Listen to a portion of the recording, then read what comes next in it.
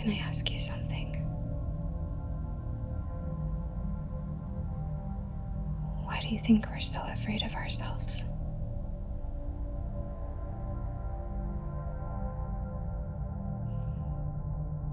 Why is it so hard to look in the mirror? And yet, so easy to place blame on everyone else. I just wonder what we're running from. What are we afraid we'll find if we look for too long? Too deeply?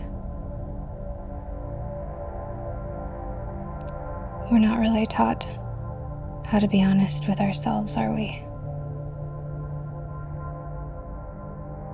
Most of us are shown to look for the problem outside of us, to point fingers.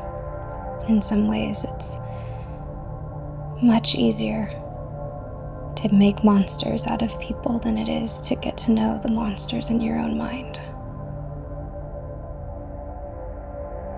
I don't know. What do you think?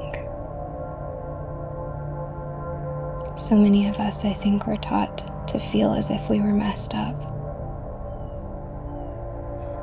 inherently flawed, that I think we started to believe it. And maybe this is why we act the way we do. I think we must talk about the wound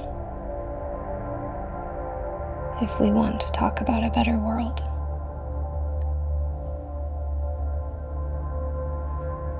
And freedom from oppressive forces. I think if we were to allow ourselves to feel the wound, to stop desensitizing ourselves, I think a great amount of pain would come barreling out of us, a bursting through of guttural cries escaping our throats. No wonder we run. It's so hard to face.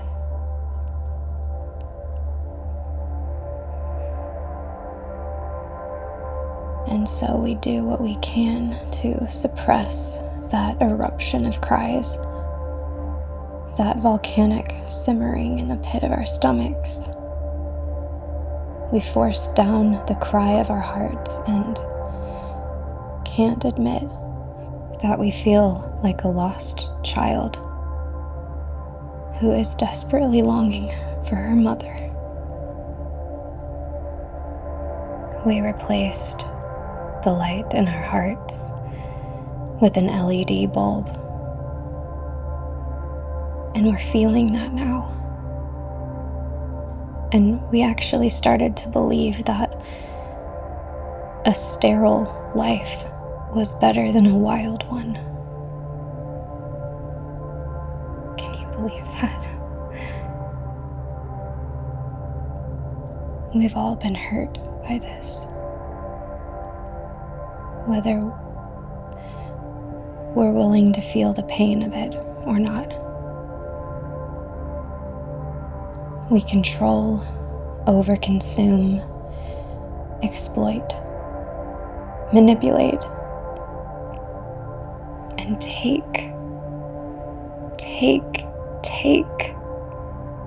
The same pain that we inflict on each other is the pain that we inflict upon the earth.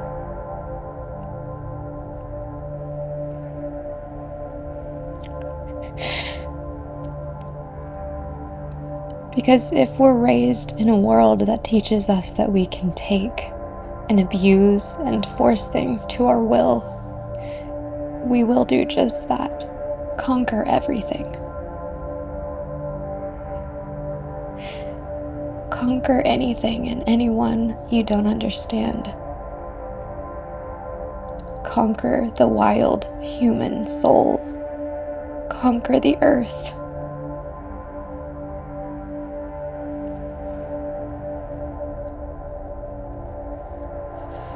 It's depressing. It's exhausting. We're stuck in a loop. There's no amount of destroying and taking that could ever fill this monstrous void. The void created by the wound of having been cut off from the truth of who we are.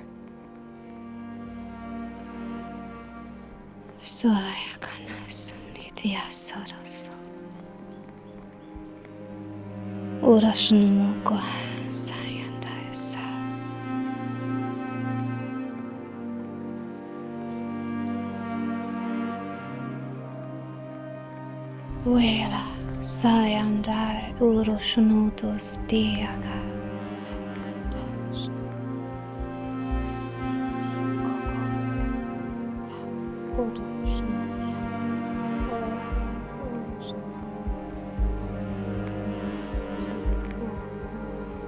Kefiaras nonam tiptia sayata. Wesanda. Kula mosum namdi kaya sanda. I kula uto. Sea diakanda.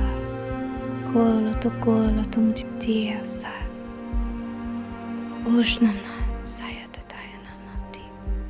Do you realize that our need to control the earth is just as preposterous as a little boy trying to control and steal and abuse his own mother? By the time we realize what we've done, will everything in the natural world be taken over by border walls and data centers just because we can, when we've sucked every last drop of water from the earth?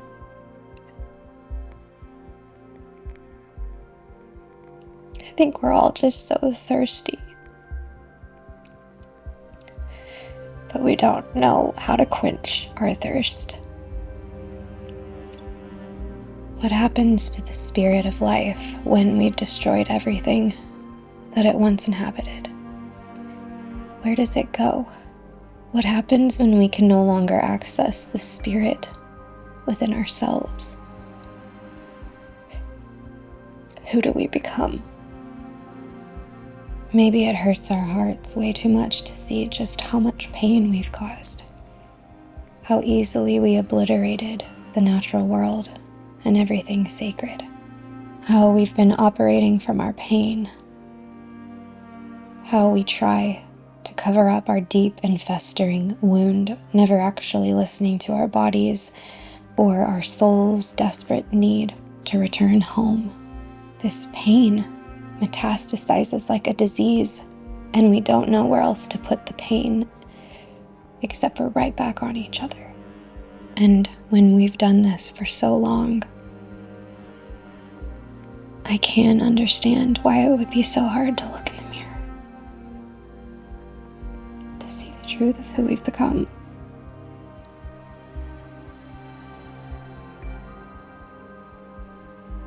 I just wonder if we can break the cycle.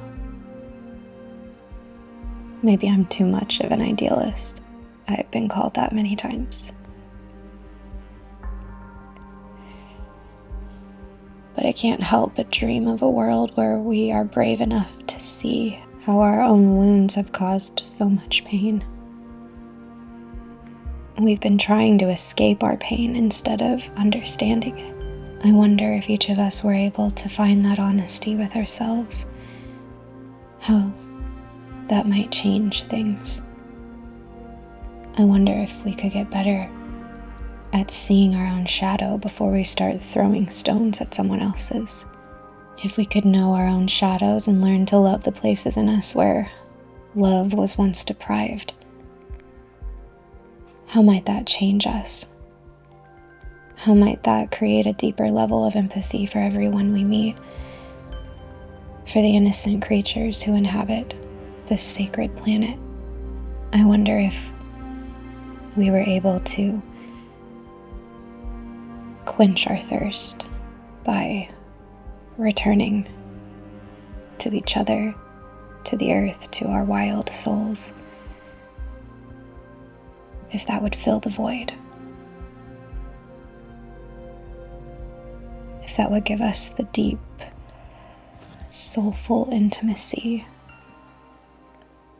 that I think we're all looking for.